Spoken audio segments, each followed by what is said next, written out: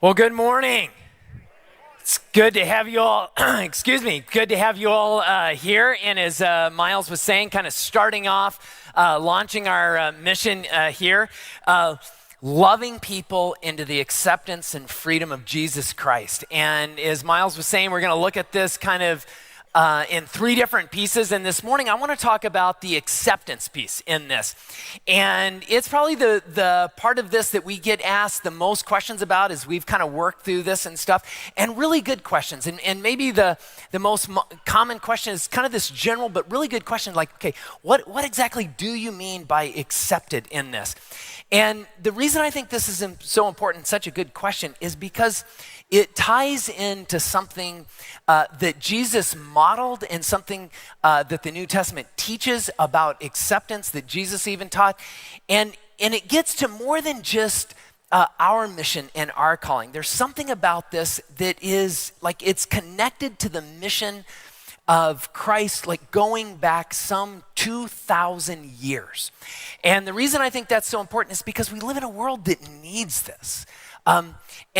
And to illustrate how this need comes about, I want to share a story with you that occurred quite a few years ago. It's when my daughter, who's now like grown, was in middle school. I think it was the 6th grade. She started playing soccer for a little bit, had never played before, joined the school team, is playing. We had great fun. We'd go and watch her games. And in one particular game, I remember there was a parent, there was a dad who kind of went past that line. You know, there's that line you can go past where you're no longer just like cheering on your kid, or even, inspiring them forward to, to do better, to try harder. It crossed this line and became this thing that I still remember it. There was one point partway through the game where his daughter, she was driving the ball forward and she's trying to set up this pass and this is like 6th grade. This is not the World Cup, right? This is 6th grade soccer. And she's trying to set up this pass and isn't able to do it. And these two girls from the other team come up and they steal the ball. And he just exploded in this moment. I remember him yelling at her don't you ever let anyone take the ball away from you like that ever again. He was just and you're just whoa, hold back. But I think the thing that made it so difficult really was watching his daughter's reaction. Because you could just tell that, it just sucked a little life out of her soul in that moment. And I remember being jarred by it a little bit. And it went on through the game, and maybe not to that intensity, but it was there. There was one moment where she was the one trying to steal the ball, and she was a great player, and she's trying to steal the ball, and the players come together, and she ends up getting knocked to the ground and jumps up. And I remember the second she jumped up, the first thing she did was look over at her dad, who didn't say anything, but he had this look like there you go again. You not good enough. And you could just play after play, you could see these moments happening. And by the end of the game, you just you didn't know whether to feel sorry or angry or both or whatever, because you just saw what was happening, that it just was creating this kind of emptiness, this thing where the way I would describe it is, it's like she didn't feel like she had a place with her own dad in this. That's what was going on in this. Picture it this way. Let me explain the dynamic in this way. Imagine her, coming to that game, and she is with her dad in that moment. In fact, I saw him at moments where he'd have his arm on her shoulder or something. That place, I'm with him. And then the game starts and she takes the field, right?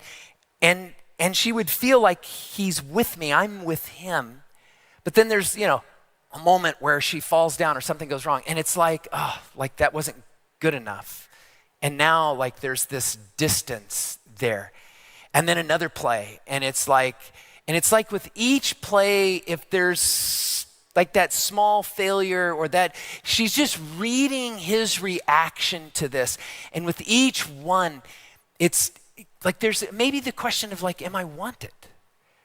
And in those moments where you experience something where because of what happens, you're left going, I don't know if I'm wanted. I don't know if this last moment left me in this way, it's like she just kept getting further and further away from feeling like she had this place with her own dad. And it hurts to watch that, to see someone experiencing that distance that gets created there. And I bring this up because, right, this doesn't just happen with soccer, right? This is, in fact, it's really not about soccer at all, is it? It's about relationship. But it's not just that, it's also with churches.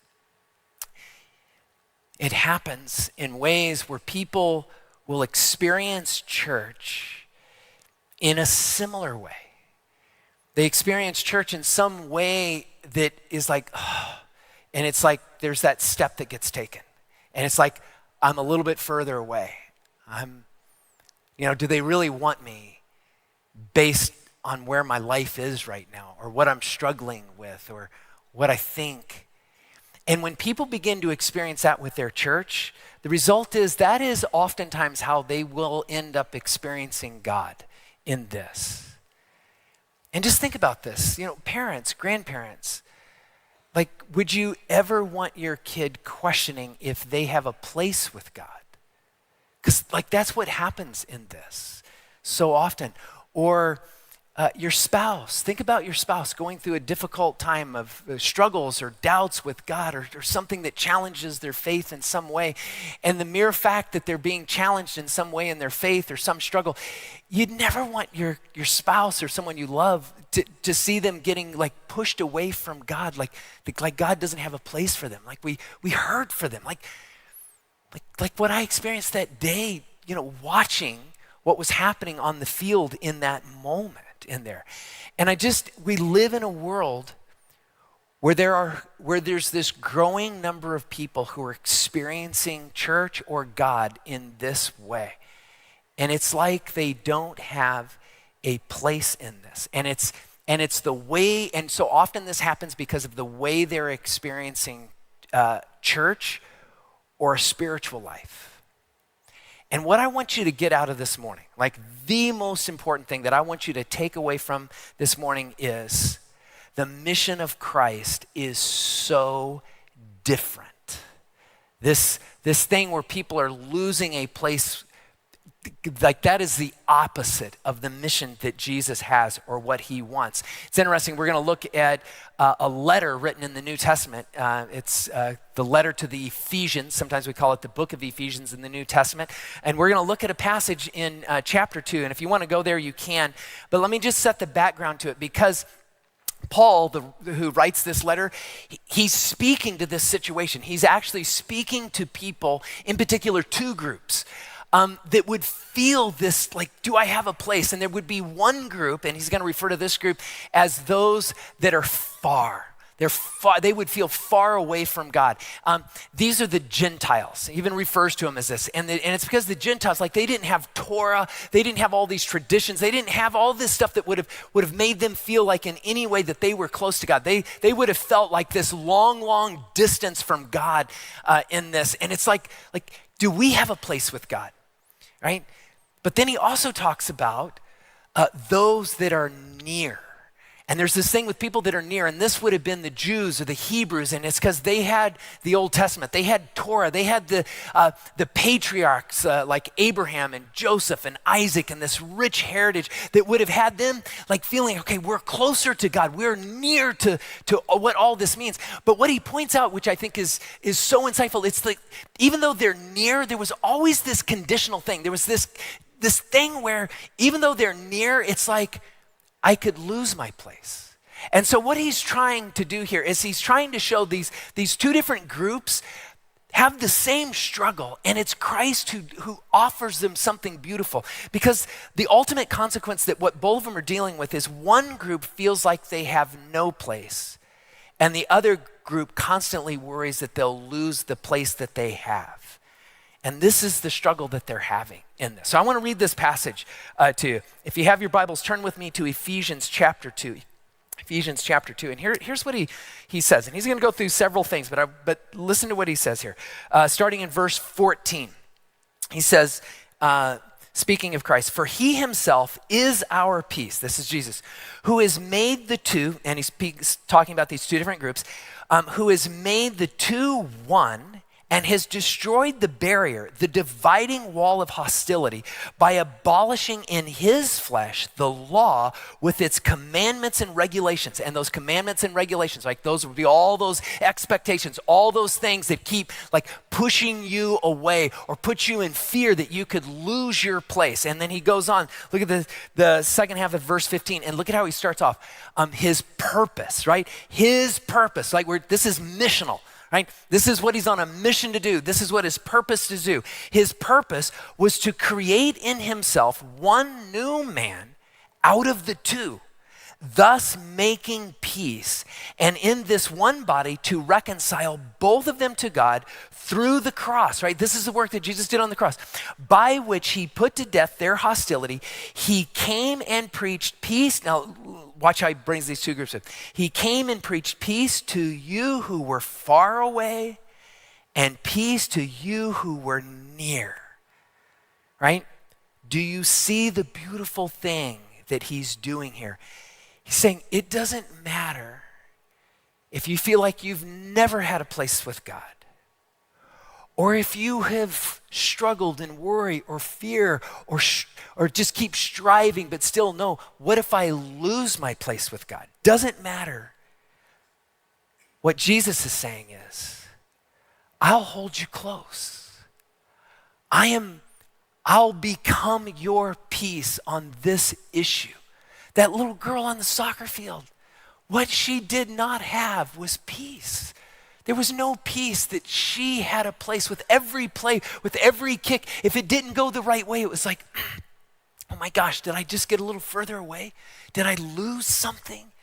And it's like what Paul is saying is, he's like, okay, there's this thing that some of you, are far away. What do you have to do to get close? Be at peace, right? Jesus will hold you close. And those of you that have lived under this thing of constantly trying to just hold on to that place, be at peace. Like, you don't have to live that way. You can have a place with God. He wants to hold you close. And what I love here is what Jesus is saying, like literally here, like what Paul is explaining is, Jesus' purpose is to provide a place for all of us. Look at what he says. Verse 18. In fact, let me get a drink here. Verse 18, look at what he says here. He says, for through him we both have access to the Father by one Spirit. That's acceptance. Acceptance is that starting place of you have access to me. Jesus' purpose is to provide a place for all of us, near and far. And what I love, I won't take the time to go through it here, but he goes on and he explains, and you know what the role of the church is to take the purpose that Jesus was living out, and now we take on that purpose and we live that out. We become an expression of Jesus in this world, helping to provide a place for those that would be near and those that would be far. Like, this is just gorgeous what he walks out. How Jesus, he is never standing on the sidelines barking at us in some way that diminishes our sense of whether or not we would have a place with him. That is not his purpose. His purpose is to create access to him. That's what he's getting at. So when you think about our mission, right? So when you think about this mission, this idea, loving people into the acceptance and freedom of Jesus Christ. When you think about that mission and the acceptance part of it, what we want you to think about in a practical way, just in a real practical way, this idea of acceptance is simply this: you have a place with us. That's how we live this out. To be a church that is just living this idea that wherever you're coming, near or far, you can have a place with us. Like, we're just extending that thing that Jesus did in this. We're just living out What Paul says we're to live out in this moment with this, because everyone has access to God. That's what Jesus did in this. So when you think about acceptance, it's you have a place with us. And you know where I'd want you to start with that? I'd want you to start with that with you. Like wherever you are, because there's always going to be moments where we're going to struggle at different moments in life and feel that distance maybe. But what I would want you to feel and experience within your church community is this message that you have a place with us. In fact, I want you to say that with me right now, okay? Say it now. You have a place with us. Yeah, so when you think about your own life, I want you to think that's the message I'm to hear. That's my community message, helps me embrace that thing that Christ has for me.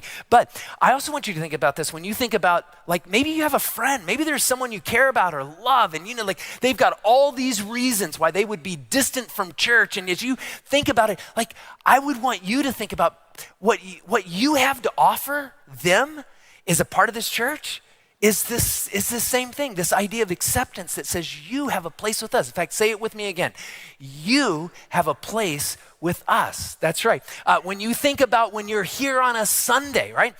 Maybe you're here on a Sunday and all of a sudden you run into someone else and you realize it's their first Sunday or their second Sunday, or you can tell they're a little tenuous. Like sometimes people will show up and you can tell like they've been to, in fact, last service had someone who showed up and they were just like, online, it didn't feel this big. And I'm a little like, and you can just tell they wanted to just back off. But like, they were like people that just, not like in an overpowering way and smothering them, but just like made them feel welcome in that moment. And you know what?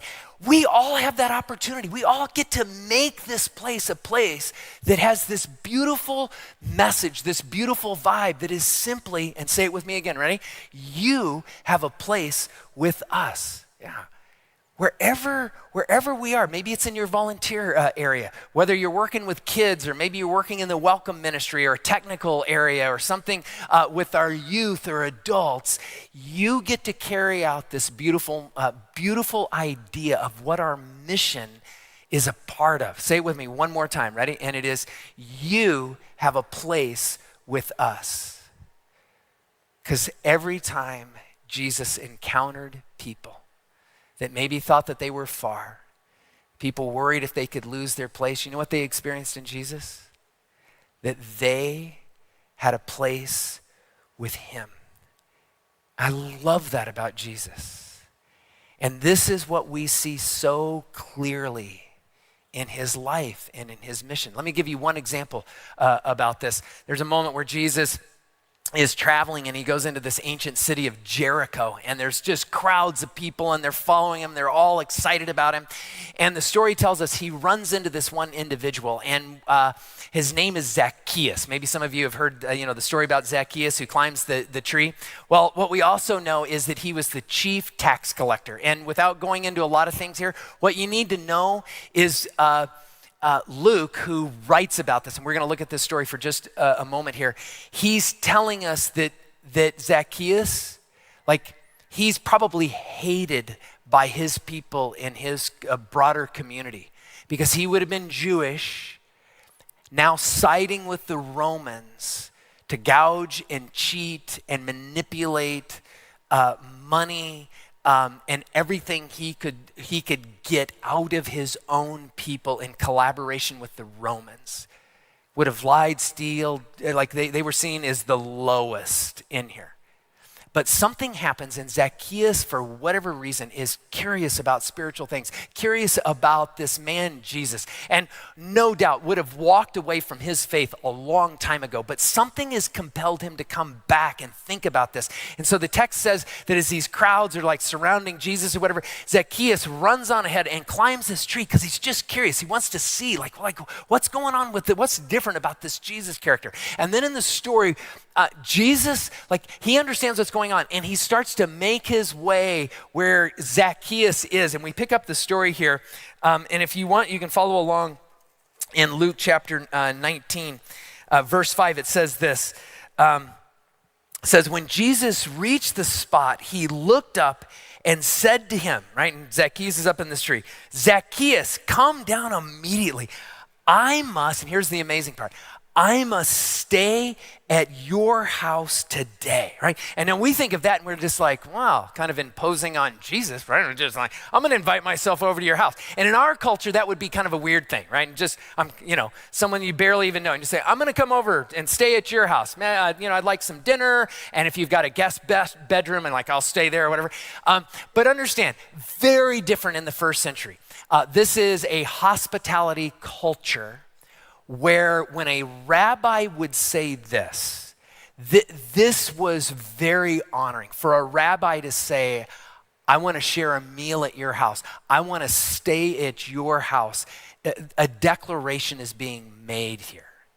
When Jesus says this, right, in the context of this story, what Jesus is saying is, you have a place with me, Zacchaeus. I see you. And I want to be with you. You have a place with me, right? And this would have stunned people. Like out of all the people, there'd be so many people that would be more deserving of Jesus staying with them, of the time to share a meal with Jesus, maybe stay over and have the disciples and get to be a part of some conversations. And, it's just like this guy, he's the chief tax collector. This guy he has cheated his own family. He's cheated all of us. He is like manipulated. He's lied. He's just like, why would you give this guy the time of day? And yet you are bestowing like this honor with him like this. Like people would have struggled with this. We think about this today and we get that feeling like there's always moments where just like that person seems like they're far from God. That person has a place with God. There's this thing, this truth that comes out of this story. And the first one is this: people have always struggled with acceptance, right? Like when Jesus says these words, I'm going to stay at your house, how do you think the people reacted? You think they were like, wow, that's really special. He's reached out. And I bet Zacchaeus was thinking, no rabbi would want to spend time. This is wonderful. Let's celebrate. No, that's not what happened. In fact, look at verse 7. Here's what happens. Verse 7. All the people saw this and began to mutter. Don't you? I love that word. The muttering. He is gone to be the guest of a sinner. Like, why that person? Why make this statement to this person? And it gets to this struggle that we all have, because I think there's this worry. And I want to point this out because there's something I want us to glean from Christ in this. There's this worry that we have that when we communicate acceptance, like, am I saying that I am approving of the way they treat people? Am I saying that I'm approving of every behavior or everything that they would do in their lives? Like, is this just like giving permission for unbridled pleasure seeking and sin? And like, is this, and we worry about this. They worried about this. People have always worried about it. You know what's interesting? Jesus didn't seem to worry about it. Like, he doesn't bring it up. He just, no conditions. He just sees Zacchaeus hiding up in that tree, and he knows his heart. And it's like, I want to make sure that guy who probably either feels far away or feels like he's lost his place. You think about that continuum from like, I'm right here and I have a place with God, to someone way, way, way out on that continuum. I bet Jesus looks at it and goes, he's way out there. I'm going to make a point of making sure he knows that he has a place with me. Now, Jesus displays two things here that I think help us with this, because we're all going to struggle at moments on this, that to be the church that says, whoever you are, if you come to this place, curious, seeking, struggling, we want to do our best to say, you have a place with us. Like there could be moments where we're going to struggle with that. And that's okay. Like that means we're normal. That's what that means.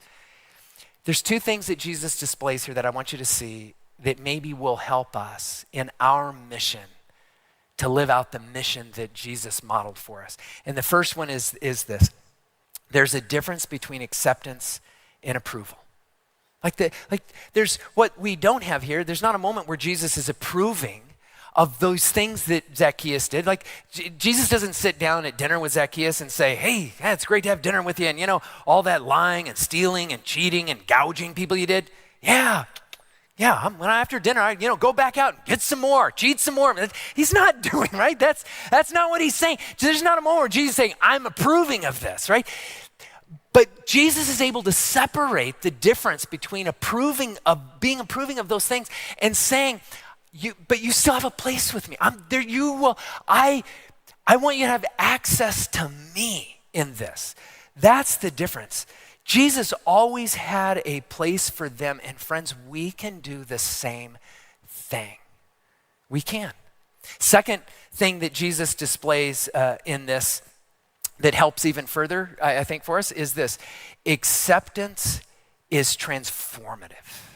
There is something so powerful about acceptance in transforming the human heart in ways that few things can. You think about Zacchaeus. Zacchaeus grew up in a tradition. Remember when Paul talks about all the commands and all of the rituals and the regulations? Zacchaeus grew up with that. He knew that. He had all of those things in place. He grew up learning Torah. He would have grown up hearing the teachings of the rabbi. He would have had a family that would have said, right, here are the regulations, here are the rules. You need to be following all of these things. He grew up doing that. And I can imagine that as he starts stepping into this world, like with the Romans, where, a little bit of cheating here, a few lies here, gouge a few people there. Like as he's stepping into that, you've got to know that he's got people speaking into his life as he's slipping into that are saying, Zacchaeus, you can't do that. That's wrong, right? I bet his own family was saying, don't do this, right? There's a rule over here about not behaving this way. I bet his own rabbi spoke to him about this stuff. But how did all of that turn out? He ended up the chief tax collector. Here's my point. That system of rules and regulations, man, there's something that's so tempting that feels just like if I could just get that's powerful. That'll change a life. But it's really quite weak, isn't it? But there's something about acceptance that is really very transformational, that is more powerful than the old covenant, the old way. In fact, I want you to look back at the story. Look at verse 8, Luke chapter 19, verse 8. And we get the idea of the context that they're probably already at Zacchaeus' house here, maybe having a meal. Verse 8, but Zacchaeus stood up and said to the Lord, look, Lord, here and now I give half of my possessions to the poor. And if I have cheated anybody out of anything, I will pay back 4 times the amount. Wow, I just what's he doing? And notice, it's not like Jesus says, well, if you want me to accept you, if you want to be close to God, I need some real proof that you're serious about this. You start giving away your stuff to the poor, right, instead of cheating people, and then I'll know, and then let's talk. No, it starts with acceptance. And there's something so powerful about that it begins to the process of transforming Zacchaeus to the man that has spent how many years cheating people, not caring, as all of a sudden his heart is changing. Acceptance has a way of changing the heart. And sometimes we worry about acceptance, are we turning people loose?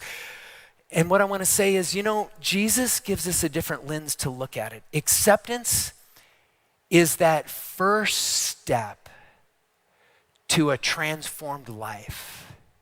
It is something really powerful that opens people up to being changed in deep and profound ways. We worry that acceptance opens somebody up to a worse life. That we're giving them permission to do something that's going to make their life worse. honestly, very rarely have I ever seen anyone experience genuine acceptance that didn't help their life in some kind of beautiful way. It's a human need. And it's where Jesus starts in all of this. It's the first step in growth in all of this. And it is a part of his mission. I love how he ends this story. He ends this story, look at verse 10.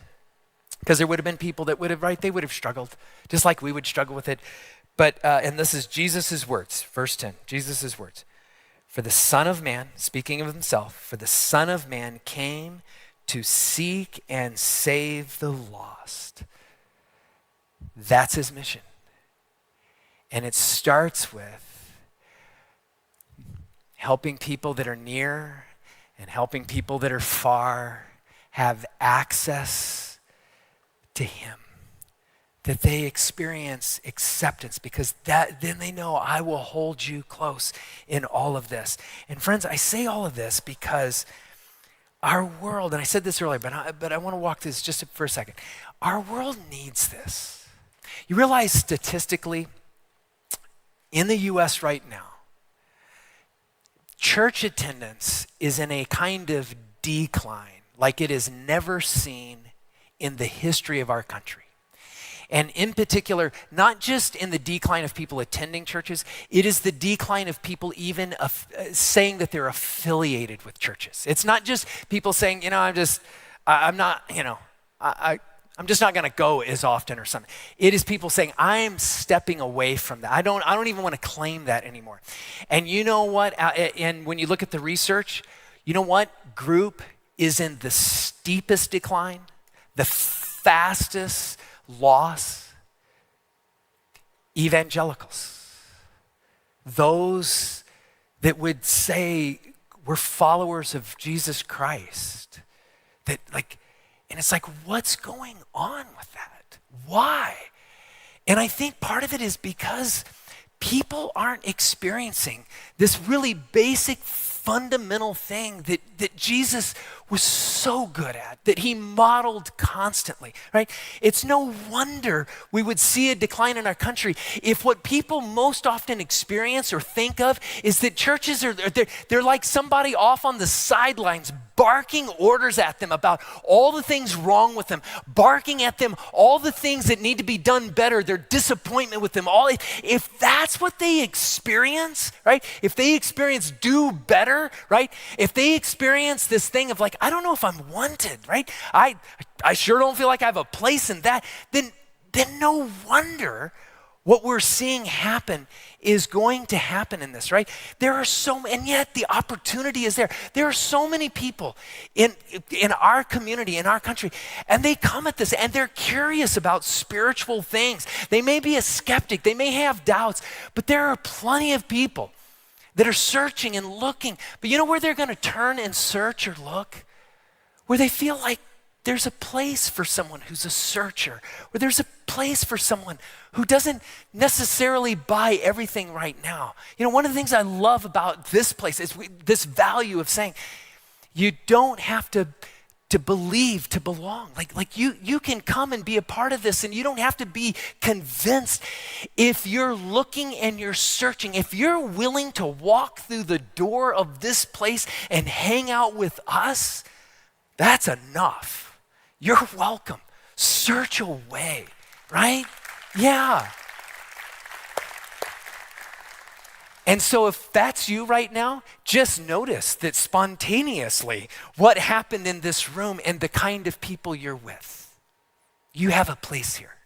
And that wasn't planned. If you're brand new here, that wasn't a plan. There wasn't a secret signal that said clap on this one, right? Right? Yeah. That was hearts that did that. You know, I think about the world and the people that we have that have stepped away from the evangelical world, because they would look at something in their life and they would just say, I don't meet the standard, or I've tried, or I'm just worn out from trying to hold my place on that continuum. and always worried about losing it, right? I think about some very specific examples. I think about a mom that I met a few years ago who grew up going to a church, but it was this rough experience for her because early on she got this message. It literally said to her as a young girl, kids are to be seen and not heard.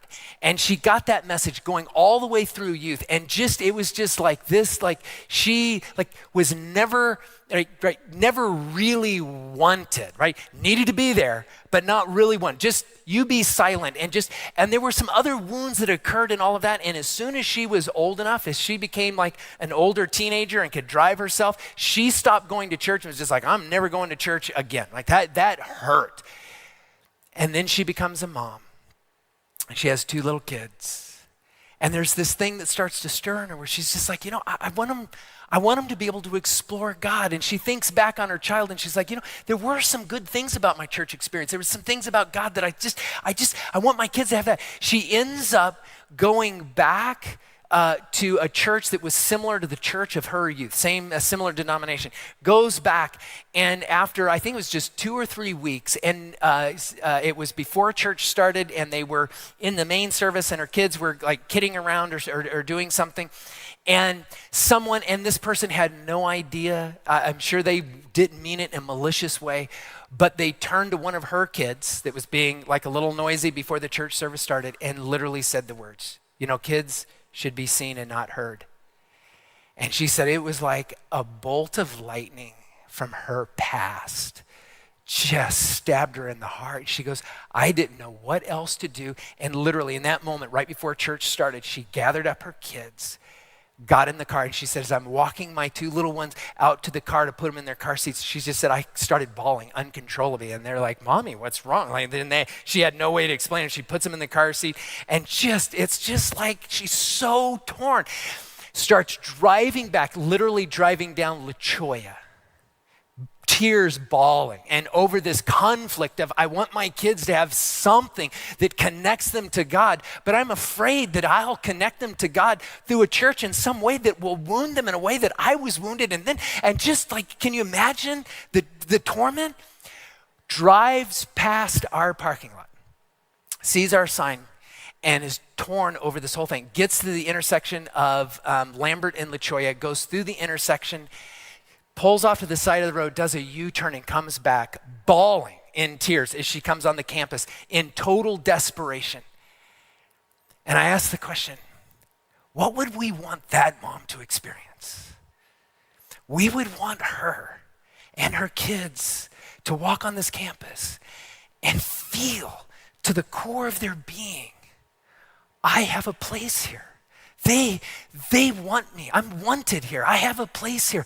And I am so grateful for every volunteer, for every person who worked with her kids, for every person, every one of you that sat next to her. That was like the experience she had, and it just pulled her back into this beautiful, beautiful hope. I think about a guy that I know that literally just went through this crossroads in his own faith, and as he's struggling with this thing, like his friends didn't know what to do with his personal struggles over faith or whatever, and he's just felt like I was abandoned by them, and he didn't want to have anything more to do with church, and his church went through some weird things, and he's just like, no more church. But he was like down to like one friend, he said, at this moment, and he said this friend was going to this church, and he kept inviting me, and I didn't want to go, but like, I don't want to lose this friend. So he says this like tongue in cheek, and he says, so literally, I started coming to church, and I would sit in the back row of the church, and I was grumpy, and I had a bad attitude, and I didn't want to listen to anything, right?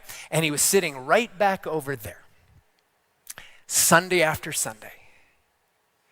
And he said, at one point, it started to get through to me. And he said the thing was, I could come in grumpy, I could come in struggling, but I had a place. And it's like God finally broke through my heart in this place. And it's changed everything in his life. He's like, and to hear his story now, like you'd never know the struggles and the doubts that he went through. But he just needed a place that said, it's okay to doubt. It's okay to struggle. You can sit in the back row. That's okay. See, I think about another story of a woman. This story, very, very recent. This story, one of our close friends, Nicole, who Angie and I have been friends with before we were married, before any of us had kids or anything, and she has a friend in her life that 2 or 3 years ago, deeply wounded by some things that occurred in church and her struggle, and just thought I'll never make it back to church. And hadn't been to church in like over 2 years. And our friend Nicole just said, I think you'd experience something different if you went to my church. And invited her. And then she showed up. And Nicole forwarded me this text message, let me find it, late yesterday, and said I could read this. And this is a text message from this woman who came and tried us out here not too long ago. And she writes this, she says, "Here goes.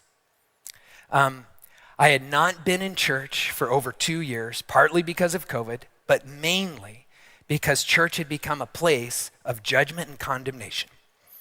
I felt further from God every time I entered the doors. I went through a divorce, and my world became very small. Some Christian friends disappeared from my life. I didn't like the God I saw in church anymore. Legalism and judgment destroyed my marriage, and it destroyed my church experience.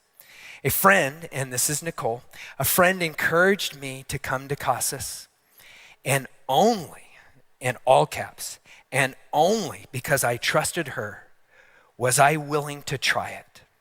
I left my first service there and cried. It was the first time I felt safe in church in a very long time. Maybe it was just a fluke. Maybe it was just a fluke, I thought. But the next week, I felt the same. And the next, and the next. I had to leave church. This is so insightful. I had to leave church a few years ago to find my way back to God. And now I can worship and experience God within church again. And honestly, I didn't know if that would ever happen. I am so grateful for the love and grace-filled hearts of the people at Casas who make church a safe place again." And he has a little smiley face at the very bottom of it. Isn't that gorgeous? See? That was the mission of Jesus. I'll hold you close. It doesn't start with what you have to do so that you can have a place with me. I have a place for you. Come and try it. And that becomes our mission. So friends, when we think about acceptance in our mission, it's really easy. It's just saying we're going to be the kind of church that's going to make a place for all of us. And that's a church that we can love and be a part of. And I could not be more grateful to get to do that with a better group of people. And I mean that from the bottom of my heart. Why don't we stand? And I'm gonna close this in prayer here. Yeah. Let me pray. Let me pray. Father, I just thank you so much for this body of believers and this group of people. And I know there are people here that maybe don't believe in you yet, but that are a part of this, and we're glad that they're here. And we pray that you just keep working in their hearts and their souls and their minds and in all of us. And we trust you. We trust you on this journey, Jesus. And we pray this in your name. Amen. Have a great Sunday. See you next week.